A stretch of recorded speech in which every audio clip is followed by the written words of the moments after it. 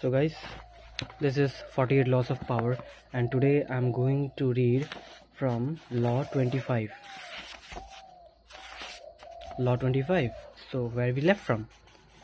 And yeah, good news. Today this power bank has charged, as you can see.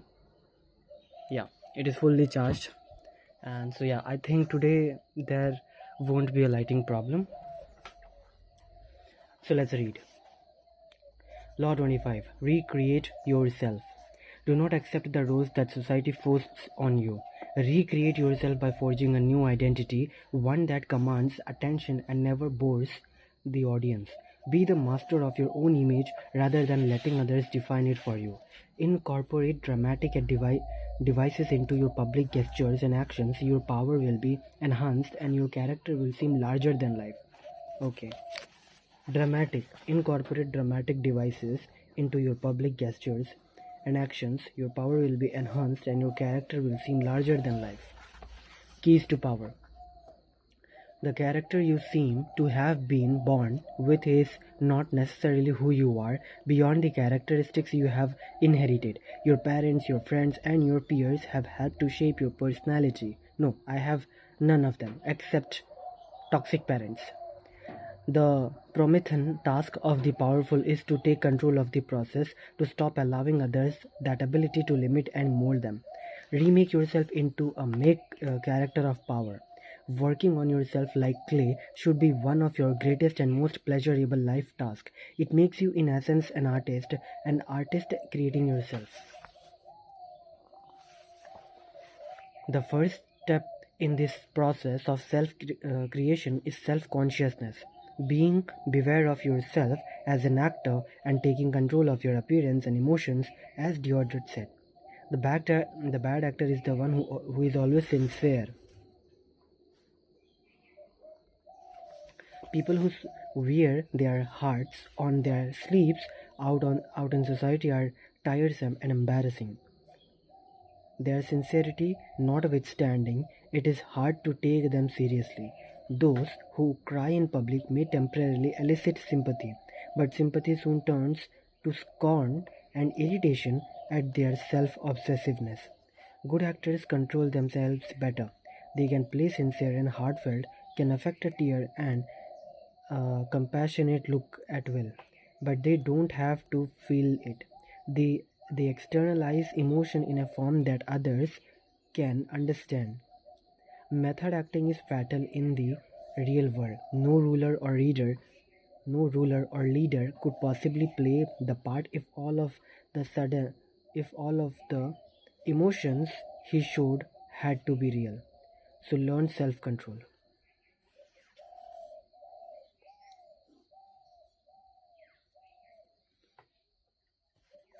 Adopt the plasticity of the actor, who can mold his or her face to the emotion required. The second step in the process of self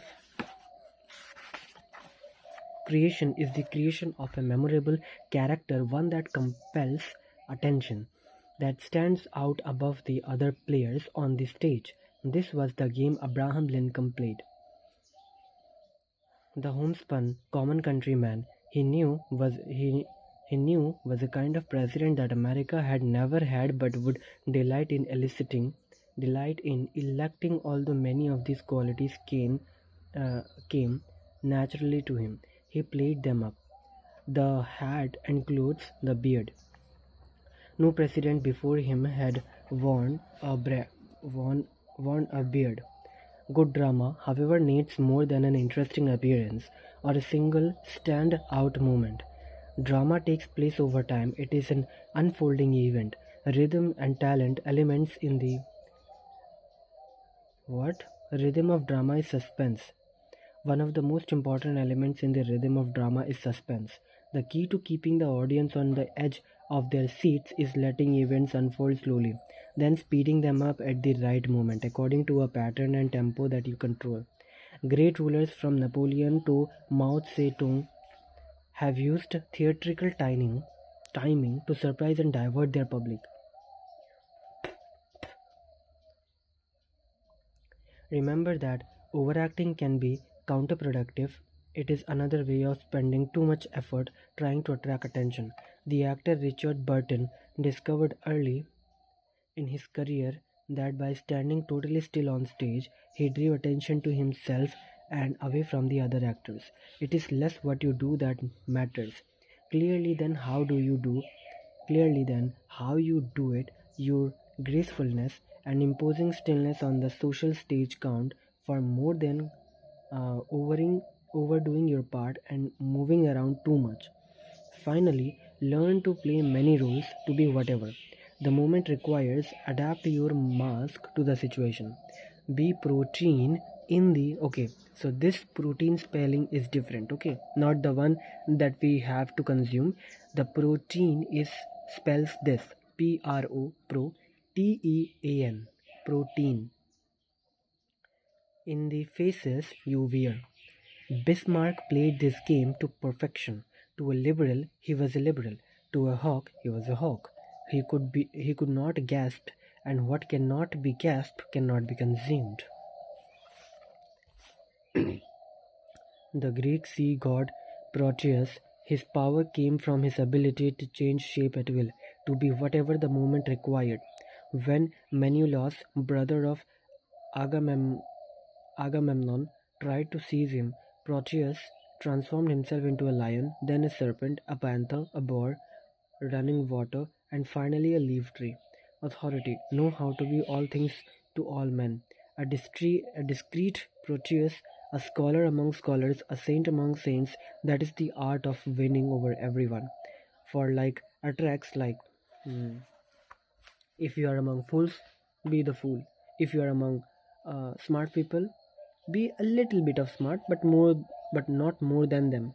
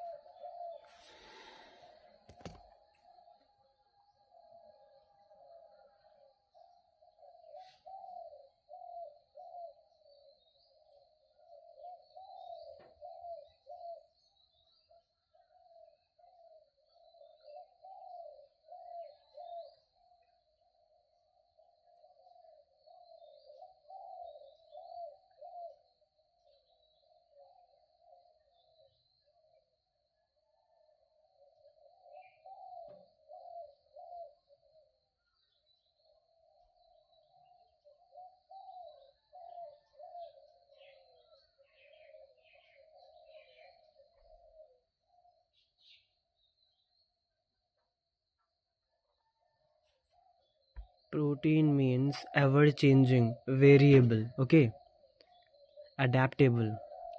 So the spelling that I have told you guys, the protein, it means adaptable, changeable. This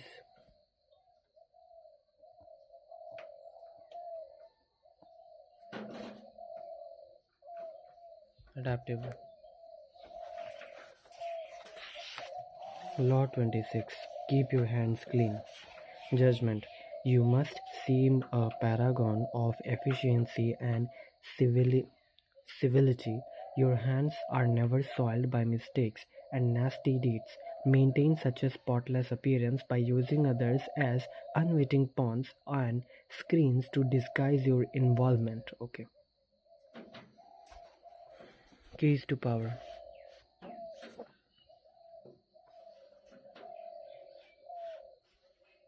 This is not important. Okay. This is important. Keys to power. Occasional mistakes are inevitable. The world is just too unpredictable. People of power, however, are undone not by the mistakes they make, but by the way they deal with them. Like surgeons, they must cut away the tumor with speed and finality. Excuses and apologies are much too blunt tools for this delicate operation. The powerful avoid them. By apologizing, you open up all sorts of doubts about your competence, your intentions, any other mistakes you may not have confessed. Excuses satisfy no one, and apologies make everyone uncomfortable.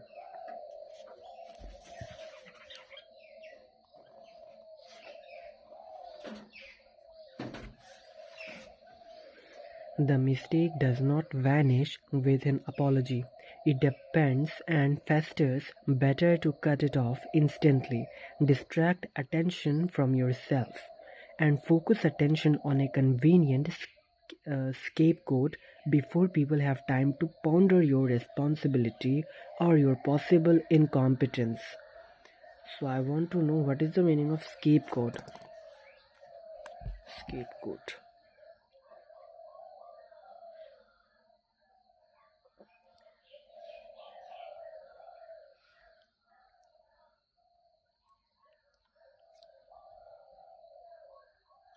Whipping boy. Victim. Make a scapegoat. Few things are harder for kids to bear than being scapegoated. This is verb, and noun meaning is whipping boy, goat, fall guy, patsy, Aunt Sally, victim, whipping boy. A person who is blamed for the wrongdoings. Okay. Scapegoat means a person who is blamed for the wrongdoings.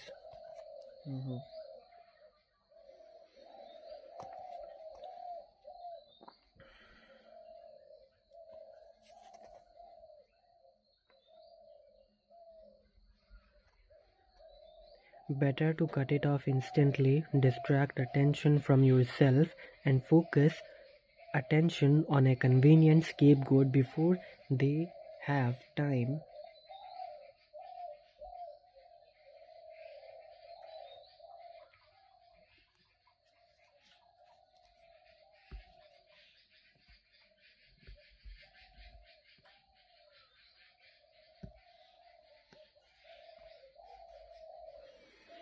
Before they have time to ponder your responsibility or your possible incompetence. It is often wise to choose the most innocent victim possible as a sacrificial goat.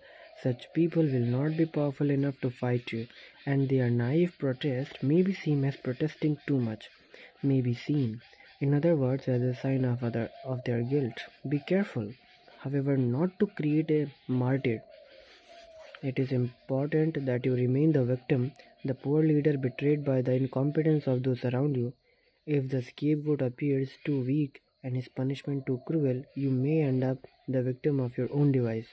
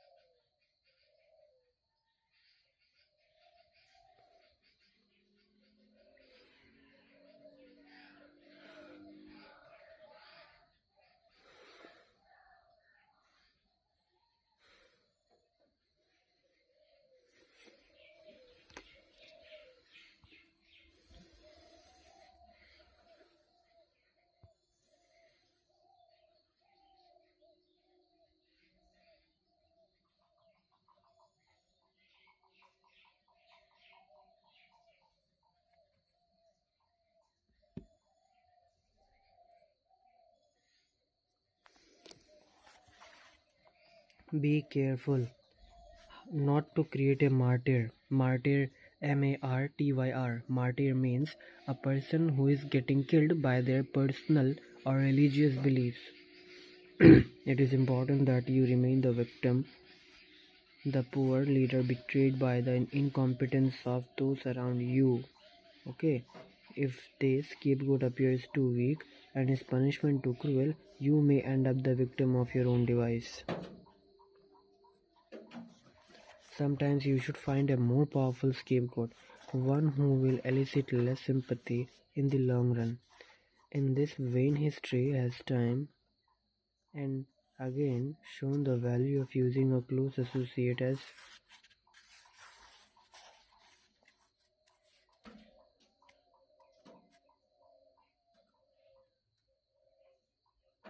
In this vein, history has time and again shown the value of using a close associate as a scapegoat. This is known as the fall of the favorite.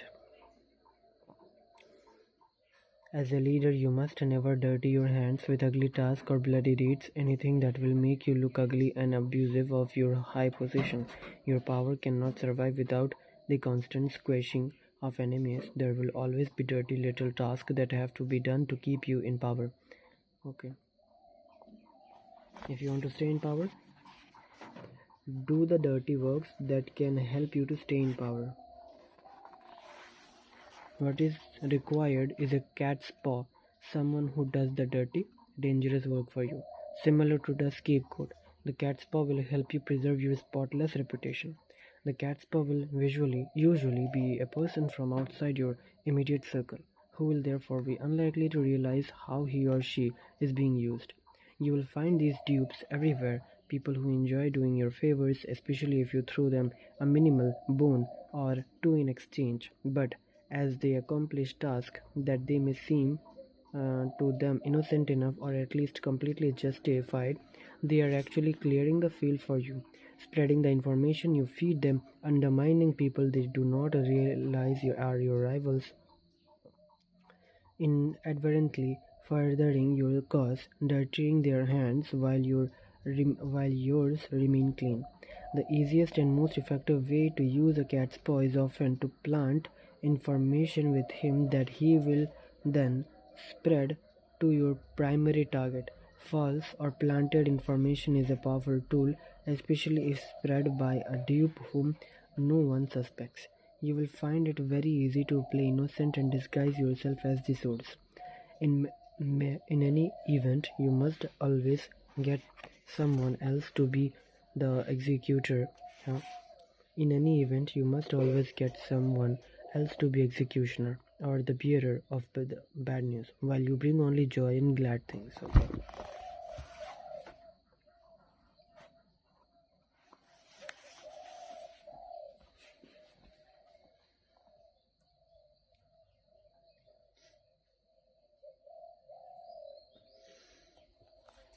The innocent goat. On the day of the atonement, the high priest brings the goat into the temple, places his hands on its head, and confesses the people's sins, transferring guilt to the guiltless beast, which is then led to the wilderness and abandoned, the people's sins and blame vanishing with him. Authority. Folly consists not in committing folly, but in being incapable of concealing it. All men make mistakes, but the wise conceal the blunders they have made, while fools make them public. Reputation depends more on what is hidden than on what is seen. If you don't be good, be careful.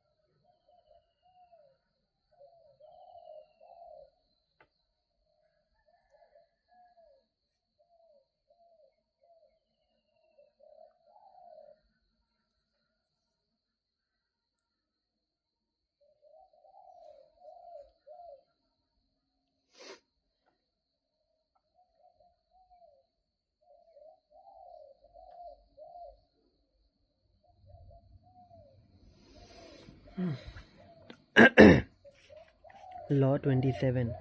Play on people need Play on people's need to believe to create a cult like following. Okay, this is important, I think. Judgment. People have an overwhelming desire to believe in something. Become the focal points of such a desire by offering them a cause, a new faith to follow. Keep your words vague but full of promise. Emphasize enthusiasm over nationality and clear thinking. Give your new disciples rituals to perform.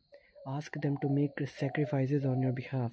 In the absence of organized religion and grand causes, your new belief system will bring you untold power.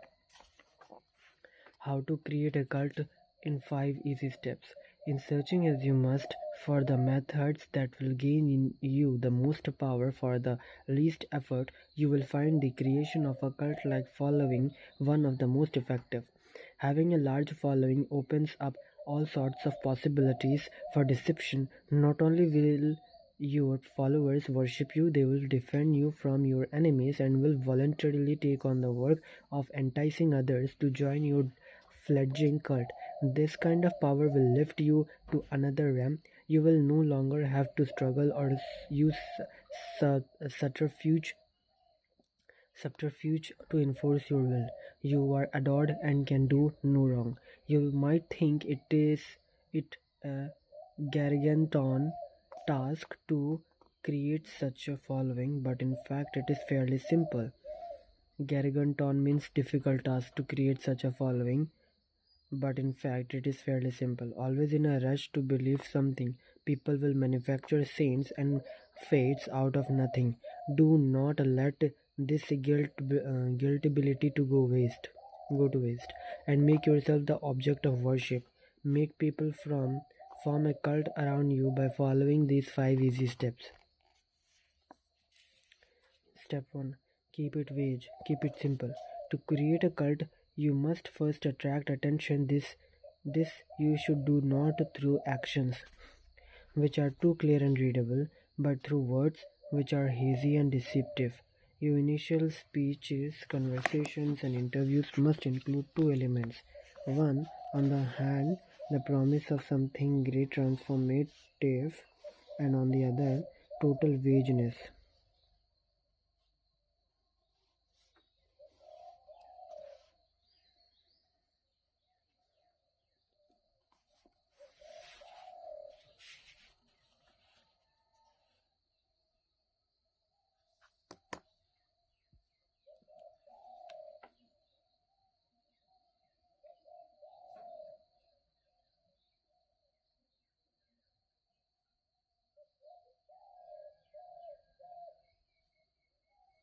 Blurriness, fuzziness, lack of precision in thoughts or communication, lack of certainty and distinctness. Okay.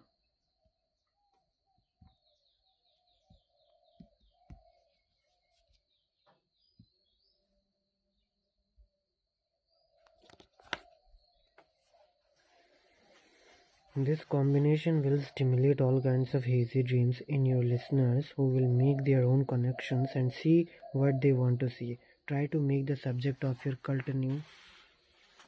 Try to make the subject of your cult new and fresh, so that few will understand it.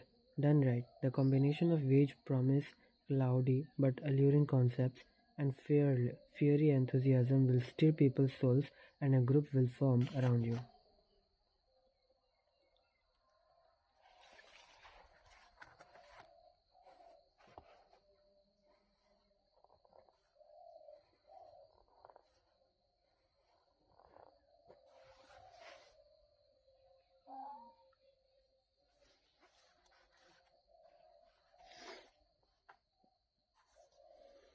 Step 2. Emphasize the visual and the sensual over the intellectual.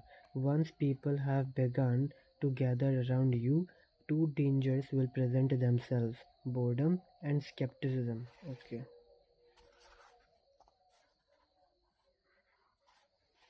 Emphasize the visual and sensual over intellectual. Once people are around me, they will two dangers will present themselves. Number one is boredom, and second is skepticism. Boredom will make people go elsewhere. Skepticism will allow them the distance to think rationally about whatever it is you are offering, blowing away the mist you have artfully created and revealing your ideas for what they are. You need to amuse the bored then and ward off the cynics.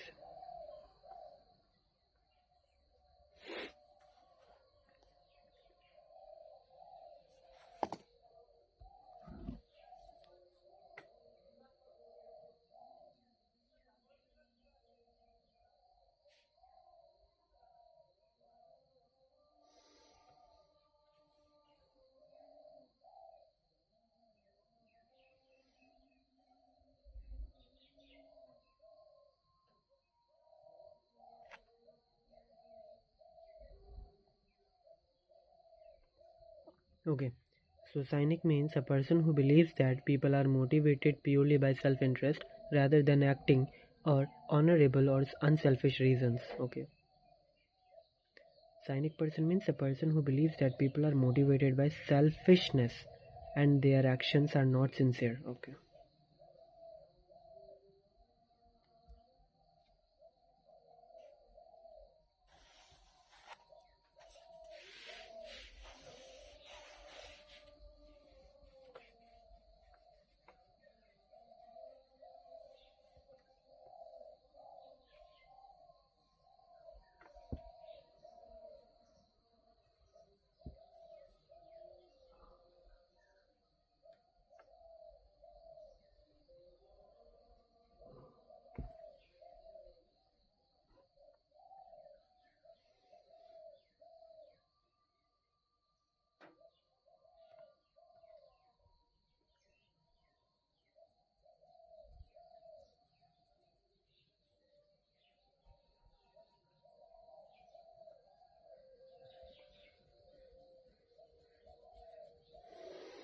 The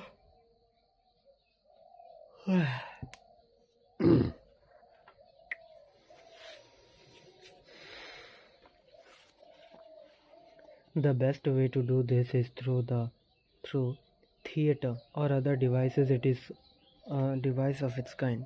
Surround yourself with luxury, dazzle your followers with visual splendor, fill their eyes with spectacle. Not only with this will this keep them from seeing the ridiculous of your ideas, the holes in your belief system. It will also attract more attention, more followers.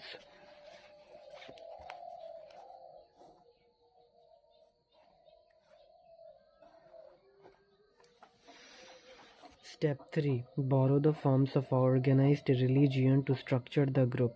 Your cult like following is growing. It is time to organize it. Find a way both elevating and comforting. Organized religions have long held unquestioned authority for large numbers of people and continue to do so in our supposedly secular age. Create rituals for your followers, organize them into a hierarchy, giving them titles that resound with religious overtones. Ask them for sacrifices that will fill your coffers and increase your power.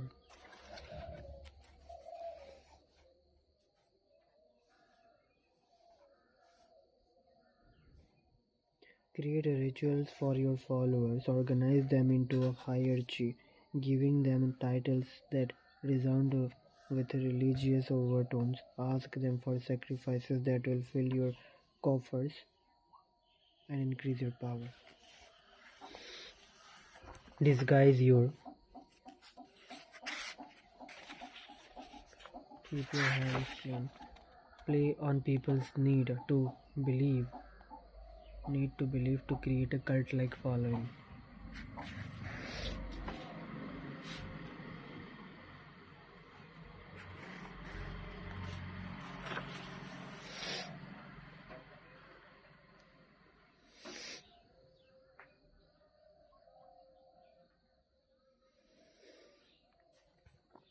Disguise your source of income. Your group has grown and you have structured it in a church like form. Your offers are beginning to fill with your followers' money. Yet you must never be seen as hungry for money and the power it brings. It is at this moment that you must disguise the source of your income. Your followers want to believe that if they follow you, all sorts of good things will fall into their lap. By surrounding yourself with luxury, you become living proof of the soundness of your belief system. Never reveal that your wealth actually comes from your followers' pockets. Instead, make it seem to come from the truth of your methods.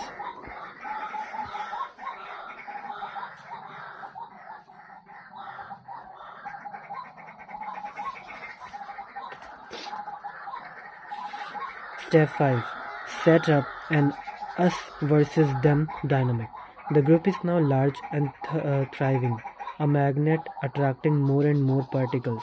If you are not careful though, inertia will set in, and time and boredom will demagnetize the group.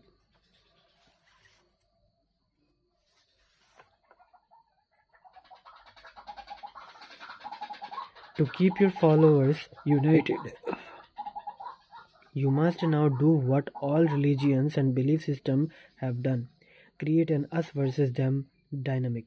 First, make sure your followers believe they are part of an exclusive club. This is the first step.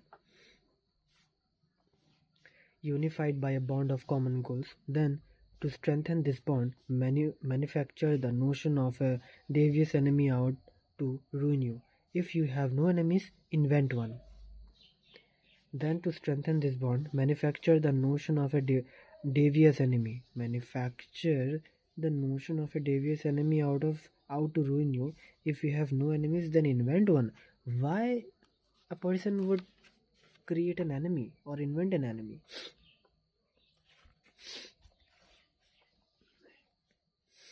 Yeah, it is true. If we are in jungle, our tribe will stay with us and protect each other and take care of each other if there are dangers around us. Like in jungle, in Stone Age, people, our tribe, our people loves us, care for us because all of us are in danger because there are lions, cheetah, tiger, everything. But in this modern society, every human being, there is no danger outside. So people now just hating each other because of their growth. So now we have to create a danger. Always us versus them. That's how it will work. Law 28. Enter action with boldness.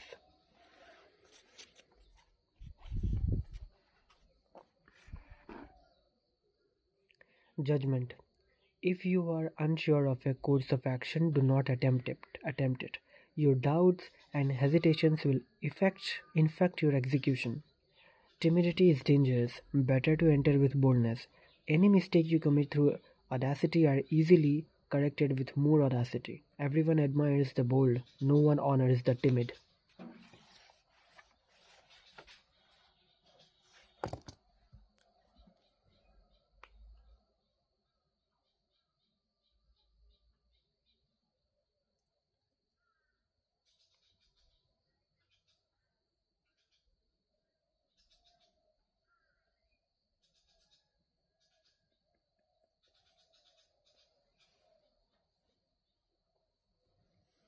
Coward or lack of courage. Lack of courage is coward.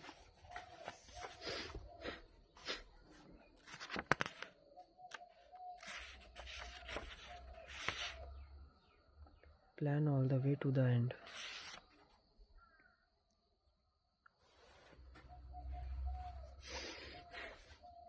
Keys to power. Most of us are timid. We all lack in courage. We want to avoid tension and conflict and we want to be liked by all. We may contemplate a bold action, but we rarely bring it to life. We are terrified of the consequences of that others might think of us, of the hostility we will stir up if we dare go beyond our usual place. Although we may disguise our timidity as a concern for others, a desire not to hurt or offend them, in fact, it is the opposite. We are really self absorbed, worried about themselves and how others perceive us. Boldness, on the other hand, is outer directed and often makes people feel more at ease. Since it is less self conscious and less repressed, it never reduces awkwardness or embarrassment. And so we admire the bold and prefer to be around them because their self confidence infects us and draws us outside our own realm of inwardness and reflection. Few are born bold. Even Napoleon had to cultivate the habit on the battlefield where he knew it was a matter of life and death. In social settings, he was awkward and timid, but he overcame this and practiced boldness in every part of his life because he saw its tremendous power. How it could literally enlarge a man, even one who, like Napoleon, was in fact conspicuously small. You must practice and develop your boldness. You will often find users for it. The best place to begin is often the delicate world of negotiation, particularly those discussions in which you are asked to set your own price. How often we put ourselves down by asking for too little. When Christopher Columbus proposed that the Spanish could finance his voyage to the Americas, he also made the insanely bold demand that he be called Grand Admiral of the Ocean. The code agreed. The price he set was the price he received.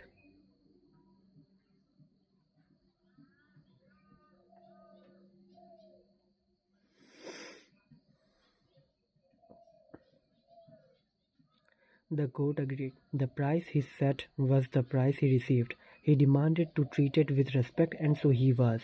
Henry Kissinger, too, knew that in negotiation, bold demands worked better than starting off with piecemeal concessions and trying to meet other persons halfway. Set your value high and then set it higher.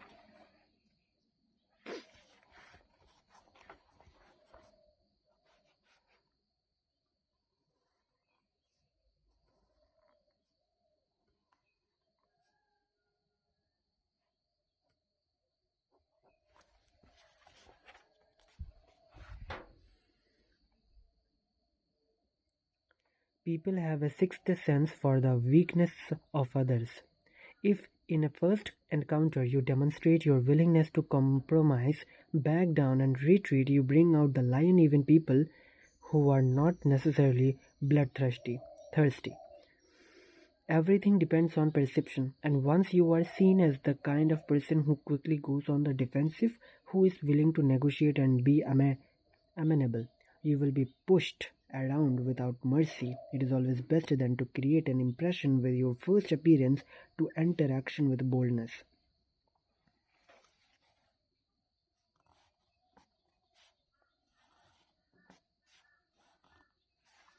A bold move makes you seem larger and more powerful than you are. If it comes suddenly with the health and swiftness of a snake, it inspires that much more fear.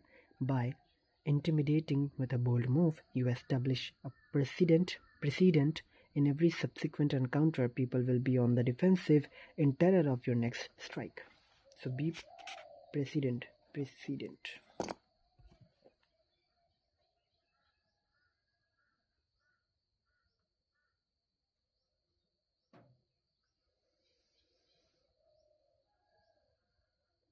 Model, exemplar, pattern, example.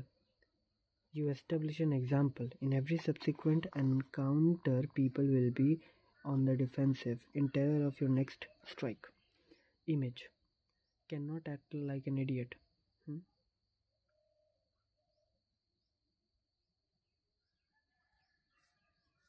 Life letters and Epicurean philosophy of Ninande. Ninande. L. L. Enclus Ninan. De L. Lenclus. Lenclus.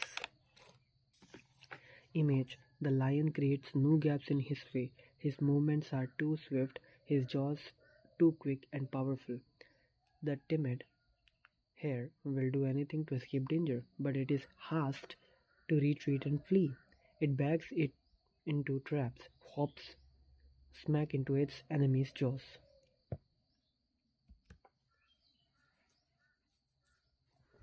Authority. I certainly think that it is better to be impetuous than cautious, for fortune is a woman, and it is necessary, if you wish to master her, to conquer her by force, and it can be seen that she lets herself to overcome by bold rather than by those who proceed coldly. And therefore, like a woman, she is always a friend to the young, because they are less cautious, fiercer, and master her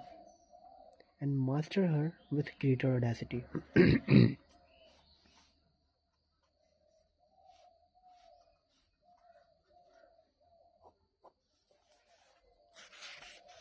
So this is it for today, for this video. In the next video we will learn from this law 29, and today what I have loved it from this four laws, from these four laws, is this law 27: play on people's need to believe to create a cult like following. I think Apple follows this. And thank you so much for watching this video. Do like and subscribe. We will read from 29, then 30, 31, 32.